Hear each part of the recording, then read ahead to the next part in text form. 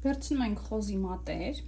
ահա այսպիսի, լվանում, հեռացնում այստեղի թաղանթը, այնուհետև չորացնում, վերցնում ենք աղ, սև պղպեղ, կարմիր պղպեղ, ավելացնում եմ նաև խառը համեմունքների միքս, համեմունքները խառնում ենք և ստացված համեմունքներով պատում ենք միսը երկու կողմից։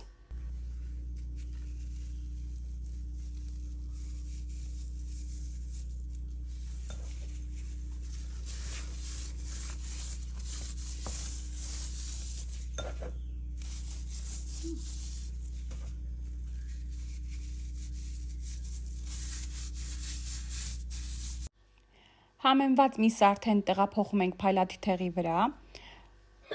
բոլոր կողմերից լավ փակում և տեղափոխում ենք տաղպակի մեջ, ուղարկում ջեռոցը մոտավորապես ժամուկես 200 աստիճան ջերմաստիճանում թողում ենք, որպեսզի հանգիստ եփվի։ Մինչ միսը ջեռոցում եփվում է, այդ ընթացքում պատրաստում ենք սոուս։ Սոուսի համար անհրաժեշտ է 1 ճաշի գթալ մեղր, 3 ճաշի գթալ բարբեկյու սոուս,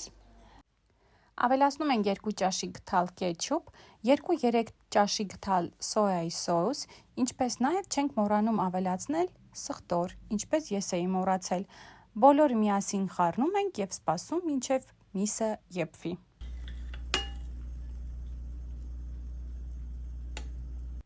Մոտավորապես ժամուկես հետո միսը հանում ենք ջեռոցից, բացում և տեսնում ենք, թե ինչքան լավ է եփվել միսը, բայց եփվելը միայն քիչ է, մեզ անհրաժեշտ է նաև, որպեսզի նաև կարմրի և ստանա անուշ երանգ։ Դրա համար մեր ստացած սոուսով պատում ենք միսը,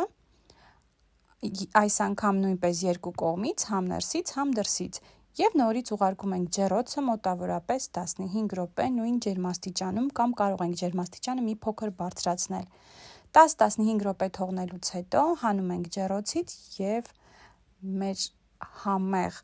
անուշ համ ու հոտ ունեցող միսն արդեն պատրաստ է, կարող ենք վայելել։